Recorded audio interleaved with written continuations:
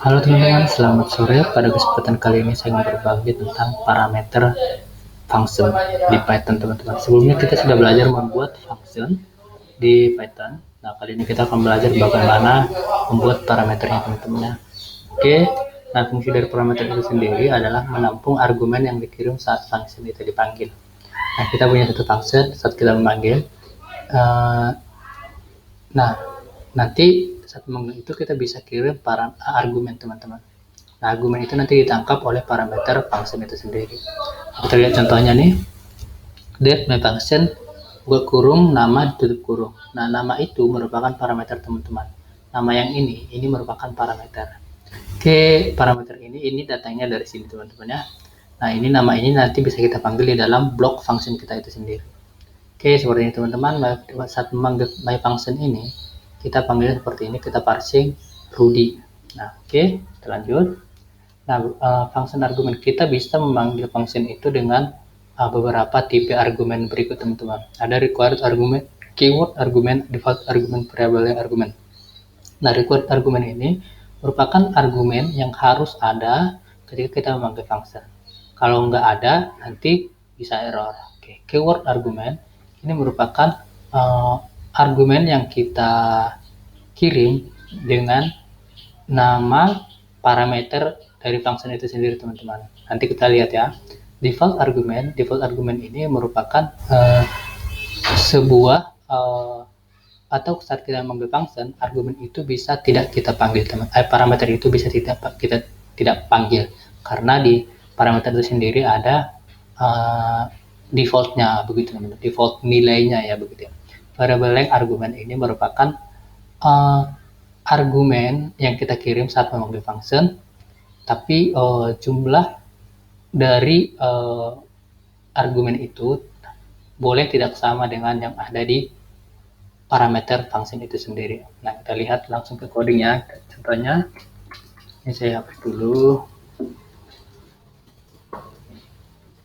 Nah, di sini saya buat satu function, teman-teman ya, my function. Sini saya buat parameternya adalah nama. Nah, jadi nama inilah parameternya, teman-teman. Kalau di function ini parameternya. Dia ada dalam kurung buka kurung ini, teman-teman ya. Nah, itu gunanya apa sih parameter ini? Nah, kita lihat contohnya. Nanti di sini kita akan nama ini bisa kita pakai di sini, teman-teman, contohnya. Nah, jadi gunanya itu adalah menangkap argumen yang dikirim saat function ini dipanggil. Kan kita mengambil function seperti ini ya. My function. Nah, contohnya kita bisa kirim data nih. Contohnya ini. Jadi nama Rudy ini akan ditangkap di sini. Kemudian bisa kita pakai di sini datanya, teman-teman ya. Oke. Jadi Rudy ini merupakan argumen. Nama merupakan parameter. Oke, kalau saya jalankan, ini outputnya adalah Rudy. Oke, kita lihat benar apa enggak. Python main.py. Nah, benar ya, teman-teman ya. Jadi parameter ini adalah menangkap data atau argumen yang disebut argumen di sini, kemudian kita pakai untuk function kita itu sendiri, gitu, teman-teman ya. Oke, nah kita belajar yang pertama tadi adalah required argument. Required argument itu tadi saya bilang merupakan argumen yang harus dikirim ketika memanggil function. Contoh nih, ini ada satu argumen, ada parameter, tapi saya nggak kirim argumen. Ini. Oke, saya jalankan. Saya Python manage.py. Match.py. Nah, missing satu required positional argument.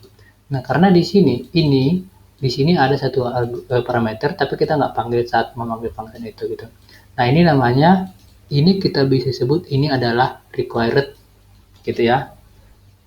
Ini required parameter, jadi waktu memanggil namanya required argument, tidak ada nih kita panggilnya, makanya dia error. Jadi ini contoh dari required argument ya, teman-teman ya. Nah, jadi contoh ini kan kalau kita kasih argumennya, dia jadi nggak error nih. dia jadi jalan teman-teman ya. Nah, coba kalau kita kasih ini satu lagi, contohnya alamat. Nah, kita enggak, di sini ada dua parameter yang kita buat, tapi saat memanggil argumennya kita cuma kirim satu, maka ini kan terjadi error juga. Nah, harusnya kita buat dua nih alamat, contohnya Jakarta Selatan. Oke, baru ini benarnya. Oke, baru alamat ini juga bisa kita print di sini ya. Kita tampilkan, saya buat inilah alamat.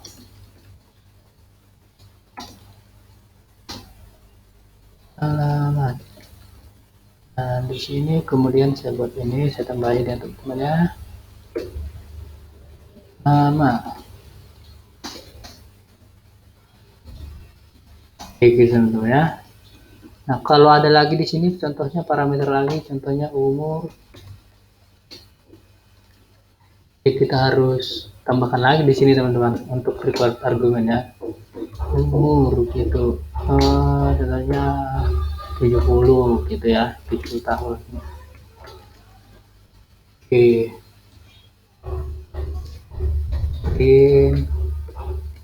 Umur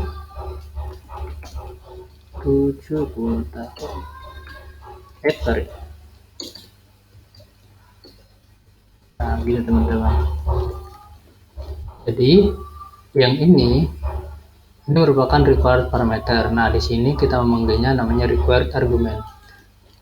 Kalau misalnya jumlah memanggil function ini, jumlah argumen yang dikirim di sini tidak sama dengan jumlah parameter di sini, itu bakal terjadi error. Teman-teman, itu untuk required argument. Dan ordernya juga harus sama. Ordernya atau urutannya harus sama. Harus sama itu adalah contohnya seperti ini. Nama ini, datanya itu kita harus kirim di sini teman-teman, di urutan pertama. Nah, alamat kan urutan kedua, ya kita kirim di urutan kedua juga di sini. Nah, begitu dengan umur juga. Nah, bagaimana kalau misalnya di sini kita buat 70? Jadi urutannya kebalik gitu teman-teman. Ini harusnya kan umur ya. Nah, kalau kita print gini, nah jadi nggak benar teman-teman. Nggak benarnya itu adalah data dari alamat ini sendiri itu menjadi 70. Urutan yang kedua nih, jadi contoh alamat 70 kan harusnya Jakarta Selatan ya, tadi kita buat ya, jadi kebalik. Nah, jadi untuk required argument urutannya harus sama teman-teman, jadi yang benarnya itu ini di belakangnya.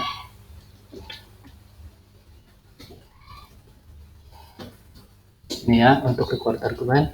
Jadi untuk required argument itu tadi harus ada kita panggil dari waktu memanggil function itu, jumlahnya juga harus sama dan urutannya harus sama. Oke teman-teman ya, kalau enggak bakal terjadi error. Nah, kedua, di sini kita akan belajar tentang keyword argument. Keyword argument ya. Keyword argument ini, jadi saat memanggil function ini, keyword argument itu nama parameter yang di sini, kita langsung panggil di sini teman-teman. Langsung sertakan di sini nih. Nah, oke, kemudian di sini kita alamat, sini kita buat umur. Nah, kalau kita jalankan ini benar nggak? Kita contoh jalankan dulu ya. Nah, benar juga teman-teman ya. Ini. Nah, apa sih keuntungan menggunakan keyword argument ini daripada required argument tadi? Keuntungannya adalah posisinya bisa kita ganti nih. Jadi nggak harus berurut sama dengan parameternya tadi teman-teman. Nah, contohnya nih, kan tadi waktu required argument posisinya harus sama ya, urutannya dengan ini, dengan parameter di fungsinya harus sama. Ini udah beda nih, ini nomor 1, harusnya ini di belakang, ini bisa di tengah nih, nomor 2 nih.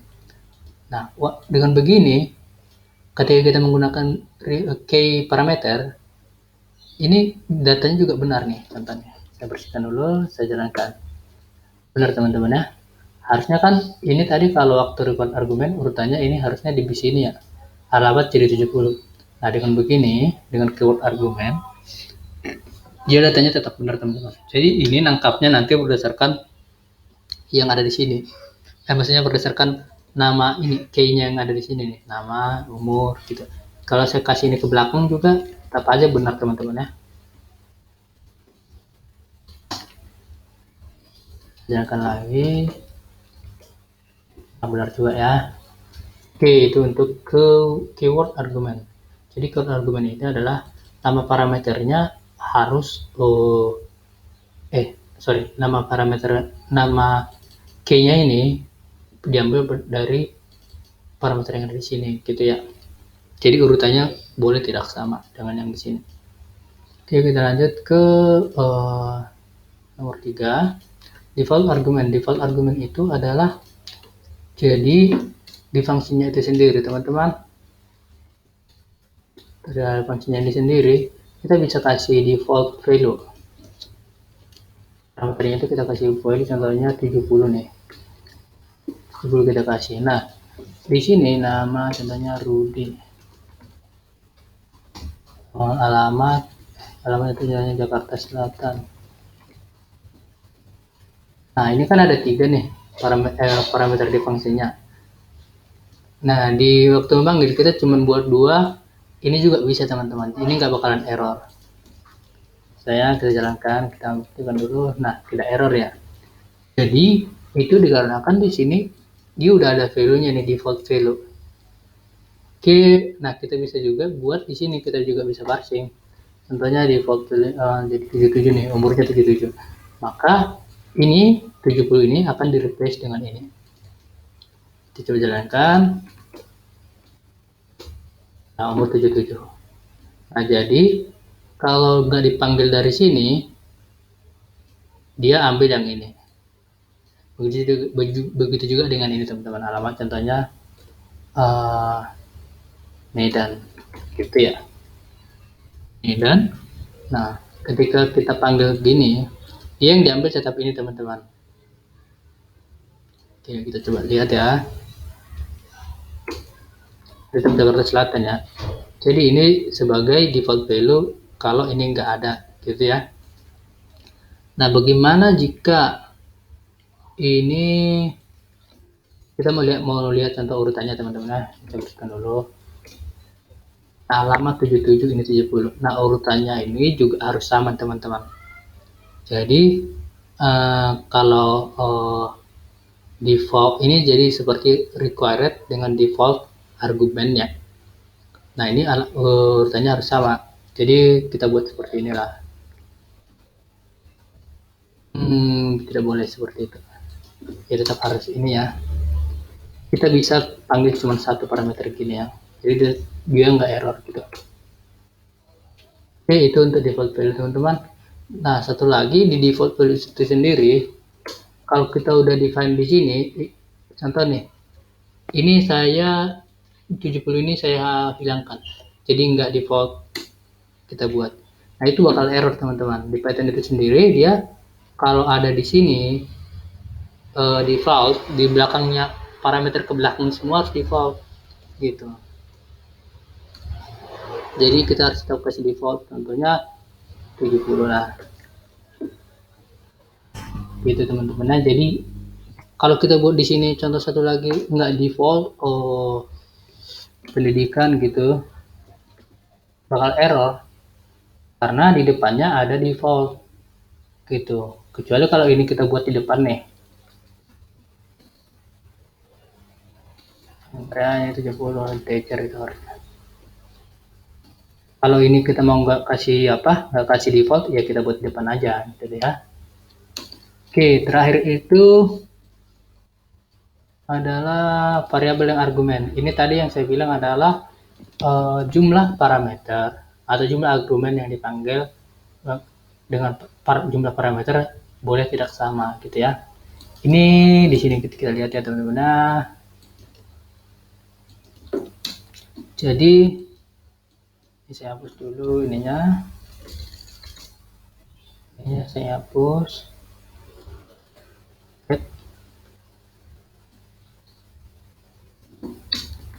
Jadi jumlah parameter yang di sini, jumlah parameter yang di function ini boleh tidak sama dengan argumen yang dikirim saat memanggil, gitu ya. Contohnya Itu tandanya kita kasih dengan ini teman-teman. Nah, coba ya, saya langsung print arc.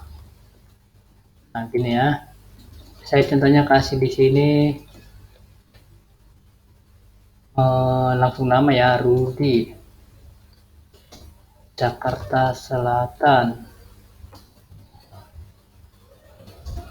nomor 40 gitu ya. Nah, ini kan kalau kita lihat di sini satu aja ya parameternya. Padahal kita pengennya 3 dari sini. Oke, gimana kalau kita jalankannya? Kita lihat Python main.py. Nah, kita print di sini, hasilnya adalah tuple, teman-teman. Kalau di Python itu namanya ini tuple ya. Tanda buka kurung, tanda kurung itu namanya tuple. Nah, jadi kalau kita tambahin lagi nih ya. 50, oh, jadi ini contohnya adalah kita pendidikannya adalah SMA gitu ya. Nah, dia akan ditangkap juga digabungin gitu teman-teman, jadi satu tupelnya. Oke. Nah, gimana sih ini kita biasanya gunakan saat kita memanggil function tapi para argumen yang kita kirim itu nggak pasti berapa gitu teman-teman ya. Jadi kita pakainya seperti ini. Di apa nih, variable length argument. Nah, jadi di sini kita bisa langsung panggil seperti ini. Item lah, item in args. Ini perulangan di Python teman-teman ya. Sorry, bukan args. Oh, bagusnya ini args ya. Nggak masalah sih teman-teman buat apa itu namanya. Ini arg. Tergantung coding sendiri sih sebenarnya, penamaan variabel sendiri. Oke, di sini saya print arg. Beginilah. Saya print arg ya, benar ya.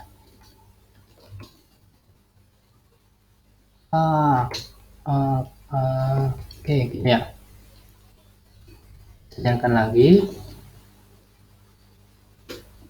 Nah, dia di print seperti ini teman, keluar datanya ya. Ini saya. Jadi intinya gini ya. Untuk variabel yang argumen ini, semua parameter yang argumen yang dikirim saat memanggil function, dia akan ditangkap jadi satu tuple. Jadi satu tuple seperti ini teman-teman. Tuple itu kan kalau di Python dia seperti ini. Tandanya, datanya dalam kurung-kurung. Nah, makanya ketika kita print tadi, ya ini semua jadi seperti ini gitu. Ini semua akan ditangkap jadi satu tuple, dibungkus jadi satu tuple teman-teman ya. Nah, jadi mau kita parsing berapapun dari sini, ya ditangkap langsung dibungkus saja, dia nggak bakal error gitu teman-teman. Oke, nah untuk mengenai parameter dan argumen, videonya sampai segini sana teman-teman. Mungkin teman-teman kalau ada bingung boleh langsung dilihat sih ke banyak tutorial ya, di internet, tutorial point, W3 School dan lain-lain teman-teman. Oke, atau mungkin boleh di komen juga di bawah, kalau mau komen juga nggak apa-apa. Oke, sekian, terima kasih sudah nonton, selamat sore.